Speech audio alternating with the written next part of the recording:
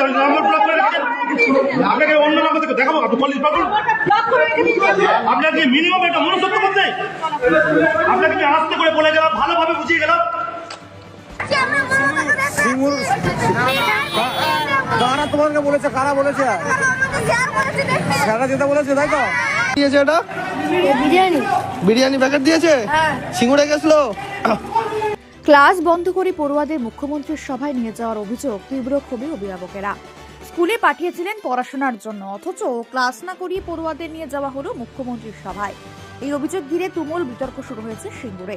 অভিভাবকদের না জানিয়ে স্কুলের ছাত্রছাত্রীদের মুখ্যমন্ত্রী মমতা বন্দ্যোপাধ্যায়ের সভায় নিয়ে যাওয়া হয়েছে বলে অভিযোগ। প্রতিদিনের মতো নির্দিষ্ট সময় স্কুলে পৌঁছেছিল পড়ুয়ারা, কিন্তু সেদিন তাদের ক্লাস করানো হয়নি। অভিযোগ, স্কুল কর্তৃপক্ষের সিদ্ধান্তে পড়ুয়াদের সরাসরি নিয়ে যাওয়া হয় মুখ্যমন্ত্রীর সভাস্থলে। সেখানে বিভিন্ন সরকারি প্রকল্পের প্ল্যাকার্ড হাতে ছাত্রছাত্রীদের উপস্থিত থাকতে দেখা যায়। বিকেল গড়িয়ে গেল, ছাত্ররা বাড়ি না ফেরায় উদ্বিগ্ন হয়ে স্কুলে পৌঁছন। খোঁজ নেন অভিভাবকেরা, তখনই তারা জানতে পারেন স্কুলের পড়ুয়াদের মুখ্যমন্ত্রীর সভায় নিয়ে যাওয়া হয়েছে। বিষয়টি জানাজানি হতেই ক্ষোভে ফেটে পড়েন অভিভাবকেরা। তাদের প্রশ্ন, কেন অভিভাবকদের অনুমতি বা আগাম জানানোর তোয়াক্কা না করে ছাত্রছাত্রীদের রাজনৈতিক কর্মসূচি নিয়ে যাওয়া হলো? শিশুদের নিরাপত্তা, শিক্ষার অধিকার নিয়ে এমন সিদ্ধান্ত কতটা যুক্তিসঙ্গত তা নিয়ে উঠেছে একাধিক প্রশ্ন। ঘটনাকে কেন্দ্র করে শিক্ষা ব্যবস্থা, স্কুল কর্তৃপক্ষের দায়িত্ব ভূমিকা নিয়ে নতুন করে বিতর্ক শুরু।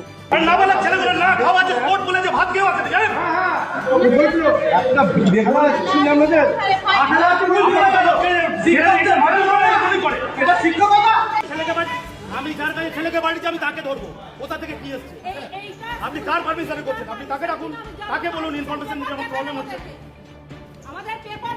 আমার ছেলেকে পাঠাবেন আপনি, কোনো কেউ আপনাকে অর্ডার দেবে, তার অর্ডারে তার ইনফরমেশন আমাকে দেবেন না আপনি আগে।